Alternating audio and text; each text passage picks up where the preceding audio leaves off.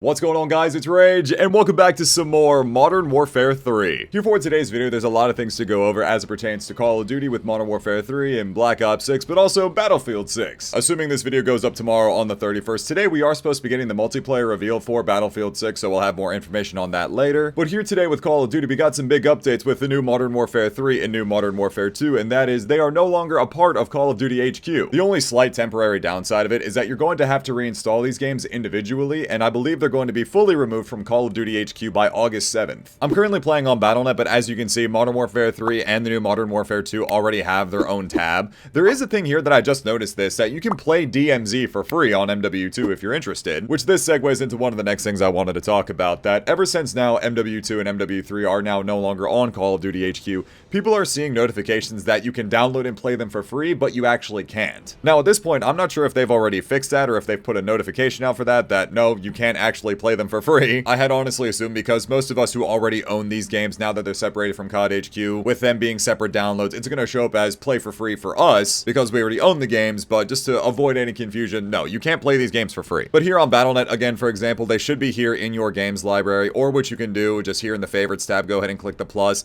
You'll see the drop down for Call of Duty MW2, MW3, and then just go ahead and reinstall it. Now with Call of Duty on the Steam side of things, with the whole Call of Duty HQ, you'll right click on it, go to properties, and then right here there's a tab for DLC. This is usually where you go to modify all of your installs for Call of Duty HQ. Things for Modern Warfare 3 are still a part of this, but now what you can do is uninstall it from Call of Duty HQ, and it should now be in your library. Modern Warfare 2 and Modern Warfare 3 have their own separate installations and pages for Steam. Now again, because I already own it, I can go ahead, just reinstall it. Again, click on properties, go to DLC, and then you can select what you want to install with the game. So the good news is, with now MW3 and MW2 being separate from COD HQ, you no longer have to go through the whole rigmarole of loading up the current COD HQ, trying to click on MW3, it closes, you relaunch MW3, update requires restart, you have to start the whole process over again. You don't have to jump through any of those hoops anymore, you could just directly launch the game. Which I know will naturally lead into the question again of why is COD HQ even doing this? Like, what's the point of it? Why couldn't it have just been this way the whole time? I have no idea. Now here specifically with Modern Warfare 3, I don't know if Sledgehammer was just waiting for the separation of COD HQ, because with that, we now got the final update here to Modern Warfare 3. We have a pretty significant nerf with the Rival 9, and specifically the Jack Headhunter aftermarket part. I'll go ahead and pull up the patch notes here. Decreased headshot damage multiplier from 2x down to 1.45. Decreased medium damage from 30 to 28. Minimum damage from 28 to 24. Burst fire delay from 66 to 90 milliseconds. Maybe I just completely missed the memo on this, but of the times over the course of this year that I've gone back and played Modern Warfare 3, I really haven't ran into a lot of people that were using that in the first place. But one thing though that I have absolutely ran into all over again was this. Terrible, devastating news for the unemployed, that the Jack Devastators, the akimbo obnoxious shotguns, have been nerfed. Jack Devastators here were absolutely ridiculous, both on the multiplayer and Warzone side of things. I know over the course of the year they already had a couple of adjustments made to them, but now it seems like Sledgehammer here have completely gutted them. Decrease the maximum damage from 80 to 25. Decrease near medium damage range from 51 to 15. Decrease minimum damage from 25 to 10. Decrease fire rate by 21%.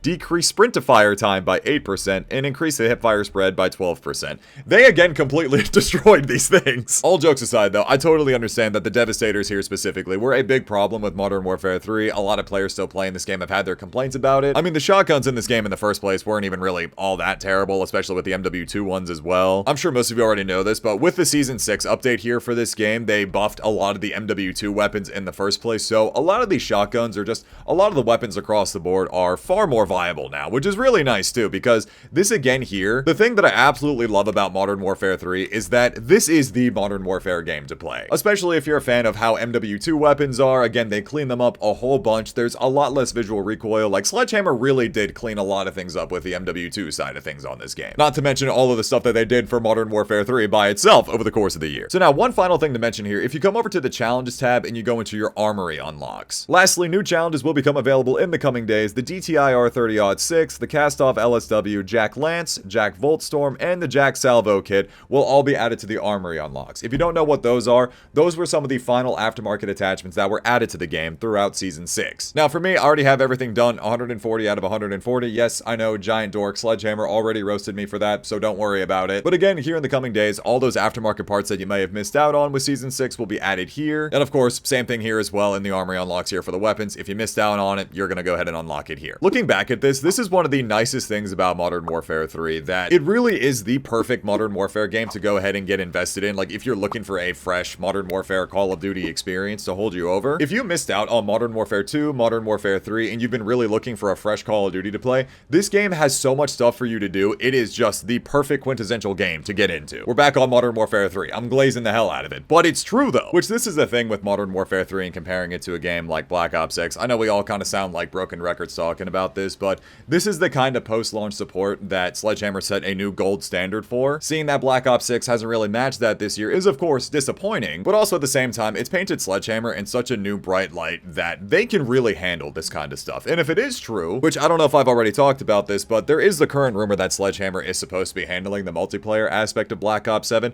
That still is completely unconfirmed, but if that is true, then hey, I think we're going to be in for a really nice time. I was just about to say this too, that I think that one of the only slight problems with having to reinstall the game right now is that like people are still in the process of doing it, so trying to find some lobbies has taken a little bit more time, but as people reinstall the game, it really shouldn't take you very long to find lobbies in this game. All the way up until this point in time, I've had no problem loading into Modern Warfare 3 and finding games, and as a matter of fact, it's taken me less time to find a 10v10 lobby on this game than it does with Black Ops 6. I don't know if that's just because of skill-based matchmaking or what the deal is, or I guess lack thereof. Maybe in this game it just kind of throws you into whatever right away, but still, if you were curious about the population of Modern Warfare 3, it is still very well playable, and that's actually another thing that comes to mind too. Now that Modern Warfare 2 and 3 are off of Call of Duty HQ, it's going to be really interesting to see the exact player counts for these games when you look at it on the Steam charts. And speaking of Black Ops 6, I did want to go ahead and talk about this because we did finally get the Season 5 trailer for BO6, which will be dropping next week on August 7th. I believe that's Thursday, Friday of next week. We're going to have the new season update. WMD is returning, couple new weapons, couple new maps. You guys know how it goes. We do have the return of WMD, which has been rebranded to what I'm assuming is an Avalon POI. They call it World Motor Dynasty, I believe. I think it's a good way to rebrand WMD and like kind of have a homage to it. Now, I will say though, a lot of the complaints that I've already heard about it make perfect sense. Not having WMD in the snow kind of gets rid of all of the charm and flair about it, and I do totally see that. I get they're using it as a Warzone POI and such, or the Avalon POI, if that is still going to be the plan going into Black Ops 7, but I still would have just left it with the snow. I would have definitely preferred it with the snow just as a more classic Black Ops 1 throwback, but another thing is too is that I don't know why they brought that one back again. We literally just had it in Cold War. And the thing is too is that there's still plenty of other classic Black Ops maps that they haven't brought back, like Grid, Radiation, even some of the DLC maps that they have in Black Ops 1. Stadium, Takeoff from BO1 and 2, Kowloon, Discovery, like there are so many good maps that they still haven't brought back, so I don't know why we keep feeling the need to do things like WMD and Firing Range. Like there are so many good maps they could bring back. I know we have a new LMG, we have the return of the AUG, which I believe is supposed to be the Black Ops 4 version of it, and then there's supposed to be an aftermarket part or something that turns it full auto, so it's like the Black Ops 1 AUG. We have some in-season events to get boxing gloves and a new revolver pistol, and also of course we have the final zombies map, The Reckoning, which does look pretty cool. I don't know if it's just me being too simple-brained or anything like that, but I really have enjoyed Black Ops 6 Zombies over the course of this year. I think they've done a really solid job with that. At least maybe again for me and my simpleton brain of zombies, I have thoroughly enjoyed playing BO6 Zombies this year. And the amount of content that we've gotten in it this year has definitely shown a lot more love than what Zombies has gotten over the past couple of years, so it's been really nice for that. Taking fire!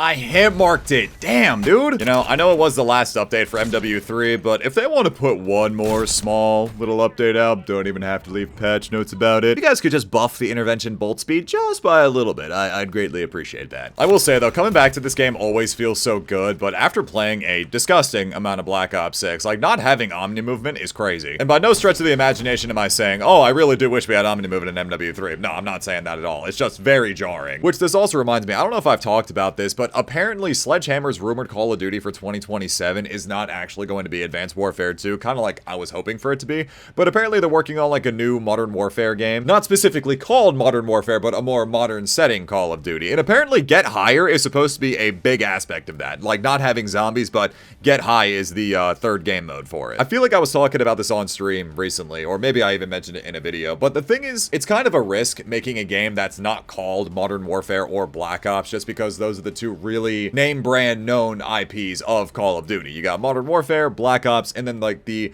off-titled games usually don't go over so well. Oh, nice. We actually did get 10v10. And it's Hardpoint Karachi. Also a big part as to why I love this game. I am so happy that they left the OG mosh pit in the game. Closest thing we'll probably ever get to feeling Modern Warfare 2 Remastered, and we got something like that, so love it. But honestly, yeah, I was kind of disappointed to hear that it wasn't going to be AW2 because I feel like, I don't know, man, Call of Duty kind of needs that at this point. Because going from Modern Warfare to Black Ops to Modern Warfare, it's like, I get it, but the time setting. It's like, I understand it's the very popular time frame, but also at the same time, we need something new, like a little bit fresh again. Which is just kind of funny how it really all works because at the time, a lot of us were so sick and tired of the jetpacks at the time, but now it's kind of like naturally getting to that point again where we could probably use something like that. It again does have me a little bit worried just constantly going from Modern Warfare to Black Ops to Modern Warfare setting games. Setting I'm a little bit worried about, but again, with the way that Sledgehammer really handled this game, I have full faith in Sledge that they're gonna kill it, no matter what they do. But again though, I briefly mentioned this at the start of the video today that Battlefield 6, with today's video going up on the 31st, 30 minutes after the reveal happened, or probably again as it's going on right now, we're gonna be getting all the information about multiplayer for Battlefield 6, and again, by the point in time this video goes up, I think we'll have the exact information, but I've heard rumors that it was gonna happen as early as like this weekend, very early August. I've heard August 4th is a potential start date, or even August 7th, the same day that Season 5 comes out for Black Ops 6. Because right now, with the way that things are looking for both Battlefield and Call of Duty, Battlefield 6 has a ton of hype behind it, and I really do plan on playing the beta. If you guys have made it this far into the video, and if you guys want to see me play some Battlefield 6, by all means, please do let me know that down in the comment section below. I was already planning on doing it as is, so we'll definitely see how it goes over. The SAB and the SPR, I don't know what it is, like specifically when I play Yard here, I always want to use this class. With the way that everything is looking so far with Battlefield 6, it is looking extremely promising, so we'll just have to see how it goes. Trailers, all the previews, everything looks really, really good. Also, again, seeing a lot of things talking about how it looks so grounded, no wacky customization, no tax printing, things like that. Like, that sounds really good. But again, of course, because it is a trailer, it's before the game comes out, we'll obviously see what happens, what changes, but